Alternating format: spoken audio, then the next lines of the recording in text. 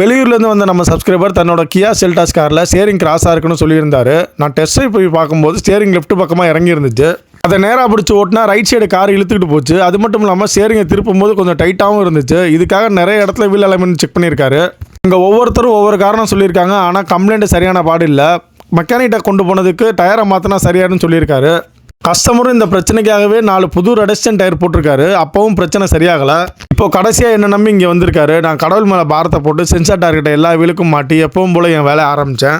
First ஸ்டெப்பில் run out process வந்ததும் காரை முன்னாடி தள்ளி நிப்பாட்டி வச்சு அடுத்த ப்ராசஸ் ஆன கேஸ் ரீடிங் எடுக்க நான் முதல்ல பிரேக் லாக்கை வச்சு காரை ஸ்டார்ட் பண்ணி ஹேண்ட் பிரேக்கை போட்டு காரை பார்க்கிங் மோடில் வச்சு ஸ்டேரிங்கை லெஃப்ட் ரைட்டுன்னு திருப்பி கடைசியாக நேராக வச்சேன். ரீடிங்கை பார்க்குறப்ப டோ ரீடிங் பெருசாக மாற்றம் இல்லை. ஆனால் ஸ்டேரிங் லெஃப்ட் சைடு இறங்கி இருந்துச்சு. நான் அதை நேராக வச்சு ஸ்டேரிங் அசையாமல் இருக்க ஸ்டேரிங் லாக்கை எடுத்து லாக் பண்ணி வச்சேன். ஆனால் காரை மட்டும் ஆஃப் பண்ணலை. இப்போ டோ ரீடிங்கை பார்த்தா லெஃப்ட் சைடு மட்டும் ரொம்பவே மாறி இருக்கு. இப்படி இருந்ததால தான் ஸ்டேரிங் டைட்டாகவும் இருந்துச்சு, கிராஸாகவும் இருந்துச்சு. இதுக்கு போய் தேவையில்லாமல் டயரை மாற்ற வச்சுட்டாங்களேன்னு சொல்லி கஸ்டமர் ஃபீல் பண்ணார்.